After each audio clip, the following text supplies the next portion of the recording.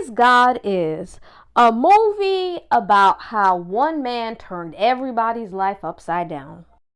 Spoiler alert, if you haven't seen this movie, you should not be watching this review. I'm saying it out loud right now, and I'm also going to say it in the comment section. So if you're still watching this because you've seen it, right? Right, okay. Now the one on the left, her name is Racine, and the one on the right, her name is Anaya, and she's the one who got burned even more. She got the burns even worse than her sister. And this is their mother, played by Vivica Fox, and this is the father. Now, Vivica Fox randomly reaches out to her daughters after all these years when they thought she wasn't even alive, and they've been through different foster homes and have gone through terrible things, to tell them that she is about to go be with the ancestors soon. But before she goes to be with the ancestors, she wants them to unalive their father, who is the reason that all of them are in this situation and all have to live life as burn victims. So these two set out to find the father, but Racine, the one on the left, she's the one who really wants to do it because she considers her mother, this woman who she hasn't heard from in years, who is unfortunately was not around to raise them. And I don't think the reason she wasn't around to raise them was a good reason, because she was depressed and because she felt she wasn't beautiful and that they wouldn't want a mother like that. They would want their mother any way their mother is, okay? Hence why they were happy to hear from you. But this woman who they haven't heard from in years, they set off on a quest to go unalive their father. So they end up finding Maxine Shaw, attorney at law. But in this movie, she is known as Divine the Healer.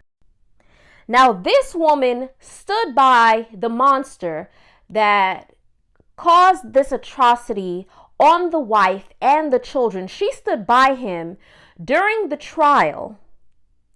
But here's where it gets worse. This man abandoned her while she was pregnant, but let her tell it. He's coming back one day.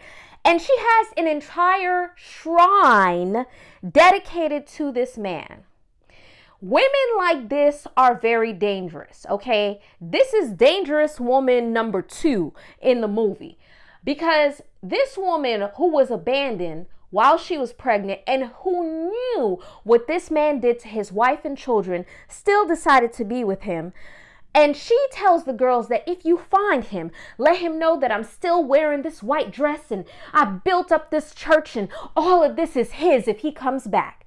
So you built up all of this only to hand it back to a man who abandoned you whilst he was pregnant and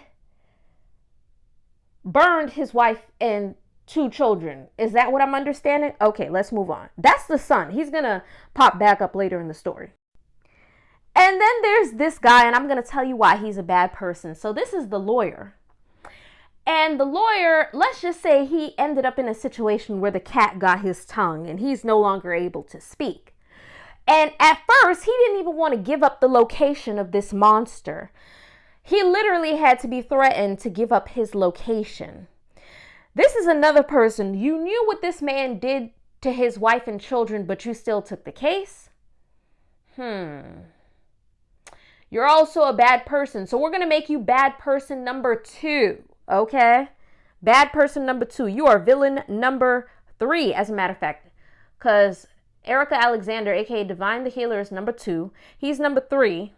So let's keep going. This is the son. By the way, he ends up trying to attack them. Fortunately, they survive. But he's ready and willing to take these girls out over a man who abandoned his mother and that he's never even met before. This sickness to protect the bad men needs to stop. So he's bad person number 4. This is villain number 4 in the story. Now, this is the new wife, but she has been suffering because nobody wins when you get with one of these men. Nobody wins. The women that they choose to be their wives and that they give this fabulous life to still have to put up with them. So it's still a lose. So she's trying to escape town.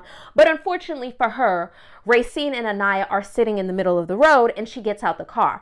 I would have known that was a setup. What sane person sits in the middle of the road? Unfortunately, she ends up spitting on Racine and Racine takes her out. Now, should she have spit on her? No, that was disrespectful.